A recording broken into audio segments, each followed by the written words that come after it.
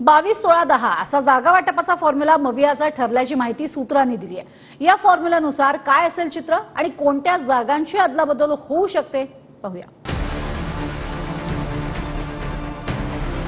महाविकास आघाडीत 22-16-10 फॉर्म्युल्यावर शिक्कामोर्तब झाल्याची माहिती TV9च्या सूत्रांनी दिली आहे।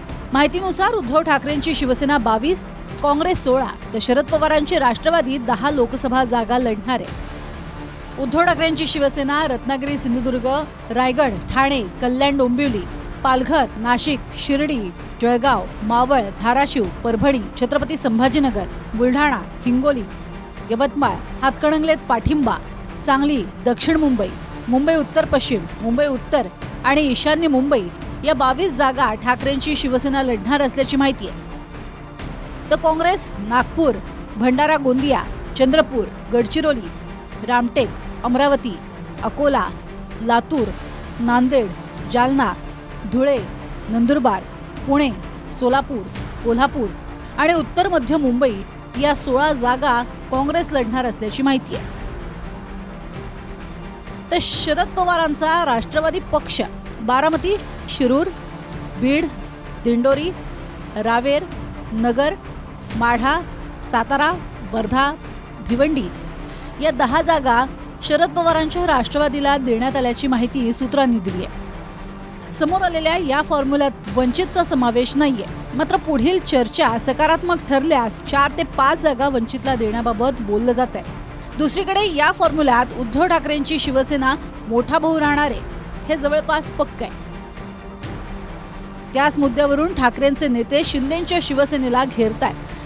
जर तुमची शिवसेना खरी असेल तर तुम्हाला भाजपनं जागा वाढवून का दिल्या नाहीत यावरनं संजय राऊत टीका करतायत।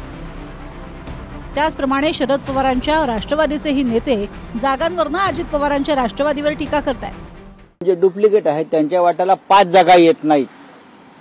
5 जागांचे तुकडे कुत्र्यापुढे हाडू फेकावा असे फेकल्याची बातमी मी वाचतो आहे।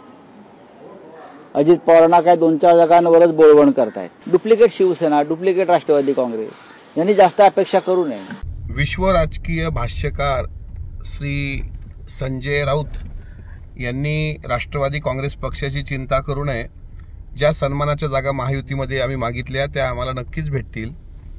तुमच्या मशालकडे आणि तुतारीकडे काय शिल्लक राहते त्याची चिंता करावी, कारण अजितदादा हे काय आहे ते अख्ख्या महाराष्ट्राला माहीत आहे। त्यामुळे तुम्ही राजकीय भविष्य वर्तवणं बंद करावं आणि आमच्या पाडवीसारखे निष्ठावंत तुमच्या पक्षाला रामराम ठोकून का जात आहेत यावर चिंतन करावं। याआधी सांगलीची जागा काँग्रेस लढवत होती, ती जागा ठाकरेंच्या शिवसेनेला दिली गेली आहे। तर शिवसेना लढवत असलेली रामटेकची जागा काँग्रेससाठी सोडण्यात आली आहे। त्यामुळे सांगलीमध्ये ठाकरेंकडनं डबल महाराष्ट्र केसरी चंद्रहार पाटलांची उमेदवारी निश्चित मानली जाते। नगर लोकसभेची जागा शरद पवारांच्या राष्ट्रवादीला देण्यात आल्यानं निलेश लंके हेच शरद पवारांच्या राष्ट्रवादीचे उमेदवार असतील हे सुद्धा निश्चित मानलं जात आहे। ठाकरेंना देण्यात आलेल्या हातकणंगलेची जागा ज्यावर महाविकास आघाडीच्या राजू शेट्टींना पाठिंबा देण्याची शक्यता आहे, तर शरद पवारांना मिळालेल्या माढ्याच्या ते रासपचे महादेव जानकर किंवा शेकापला पाठिंबा देऊ शकतात। 2019ला शिवसेनेनं 23 जागा लढवल्या होत्या। यावेळी सूत्रांच्या माहितीनुसार ठाकरे 22 जागा लढवणार आहेत। काँग्रेसनं गेल्या वेळी 25 जागा लढवल्या, यंदा ते 16 जागा लढवू शकतात। तर राष्ट्रवादीनं 19 जागा लढवल्या होत्या, यंदा ते 10 जागा लढवणार आहेत। दिनेश दुखंडे, TV9 मराठी, मुंबई।